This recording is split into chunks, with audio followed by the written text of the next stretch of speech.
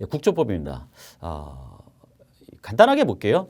먼저 정상가격 조정에 따른 경정청구 기간 합리화에 대한 내용인데 이제 뭐 다국적 기업 이렇게 했을 때 예를 들어서 제가 이제 한국의 모기업인데 뭐 예를 들어서 베트남에 자기업을 하나 설치했다. 그래가지고 제가 공장에다가 이제 뭐 매출을 일으켰어요. 근데 그 매출을 베트남 당국에서 베트남 기업 입장에서는 한국 기업으로부터 물건을 사가지고 팔았는데 너무 비싸게 주고 샀다. 그러다 보니까 비싸게 주고 사서 팔다 보니까 이익이 남는 게 없어서 베트남에 세금을 덜 냈어. 라고 하면 베트남 세무당국은 야, 한국하고 베트남은 특수관계 기업인데 이거 비싸게 주고 파는 바람에 한국에서는 이득을 많이 남기고 베트남에 이득을 적게 남기고 여기에서 문제가 되니까 정상 가격으로 해. 라고 해서 베트남에서 예를 들어서 100억으로 사면 안 돼. 50억으로 사는 게 맞아. 라고 해갖고 베트남 기업에다가 야, 너희는 원가가 100억이 아니고 50억이야 하면서 그 세금을 빡 때린단 말이에요. 그러면 그걸 갖고 우리 한국 기업은 어떻게 돼요? 그래? 우리가 100억 매출이 아니야? 50억 매출이야? 그거 갖고 와가지고 그럼 우리 한국의 법인세 낸 거 100억 기준이 아니고 50억 기준으로 세금 돌려주세요. 라고 경정 청구를 넣는단 말이에요.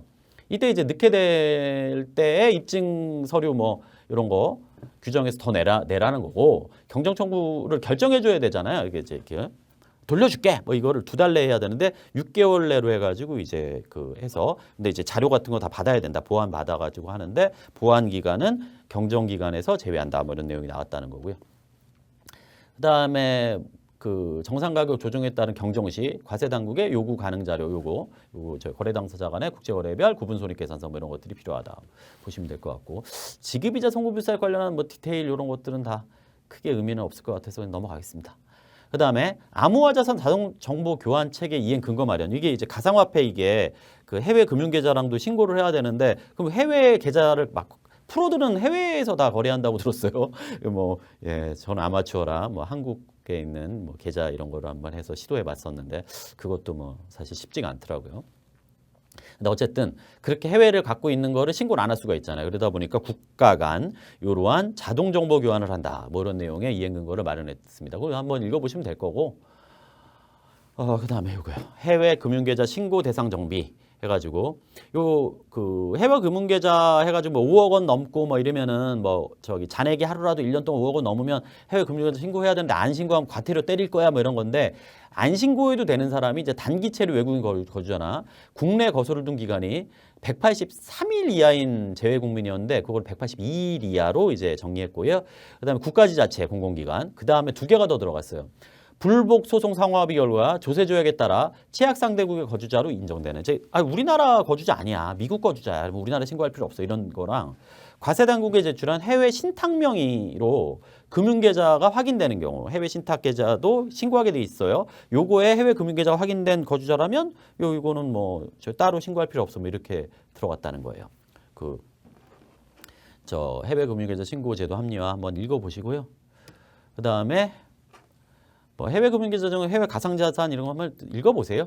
그 다음에 국제거래자료 제출 의무가 우리 있죠. 국제거래명세서라든가 뭐 이런 것들, 국제거래 통합 정보 이거는 이제 이게 큰 기업, 대기업이 이렇게 내는 건데 이거 안 내면은 이게 과태료 때리잖아요. 그때 과태료를 때릴 때 감경 기준을 명확하게 이렇게 구체화시켰다라는 거고요.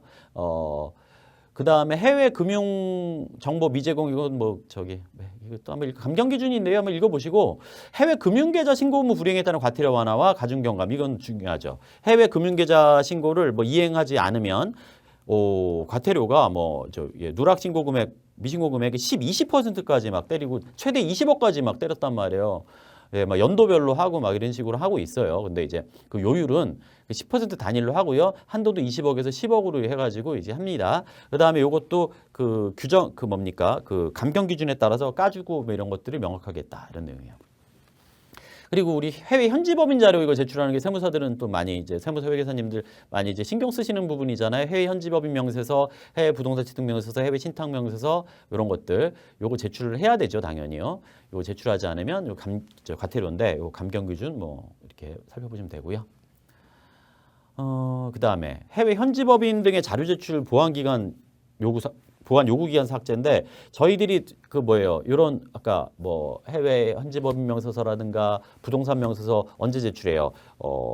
다음 연도 6월 말까지 제출을 하는 거죠. 이때 제출하지 않았다라고 했을 때 미제출 거치 제출하게 되면 제출 기한으로부터 2년 이내의 자료를 제출 보완 요구 가능 이렇게 되다 보니까 이거 5년치 받아야 되는데 뭐 이렇게 되다 보니까 요구 기한 제한을 이제 삭제를 해야 되는 문제가 있는 거예요.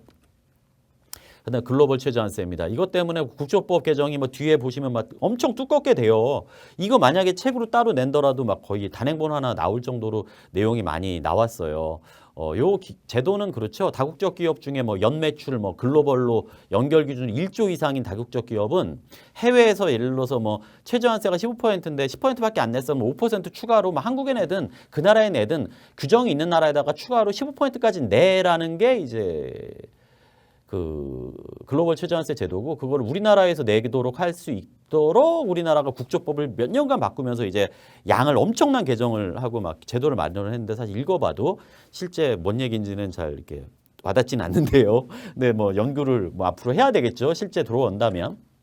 근데 그랬잖아요. 이제 미국의 이제 그 트럼프 대통령께서 우리는 글로벌 최저한세 안 할 거야 라고 이제 했잖아요. 그러다 보니까 이게 과연 그리고 이런 얘기까지 했죠.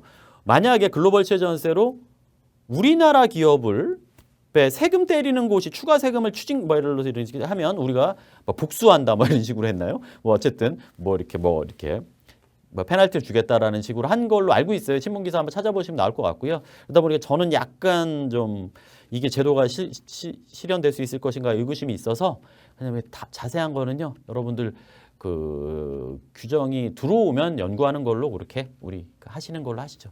너무 많은 거 넘어가겠습니다. 이제 훅 드러났는데요. 소득세법입니다.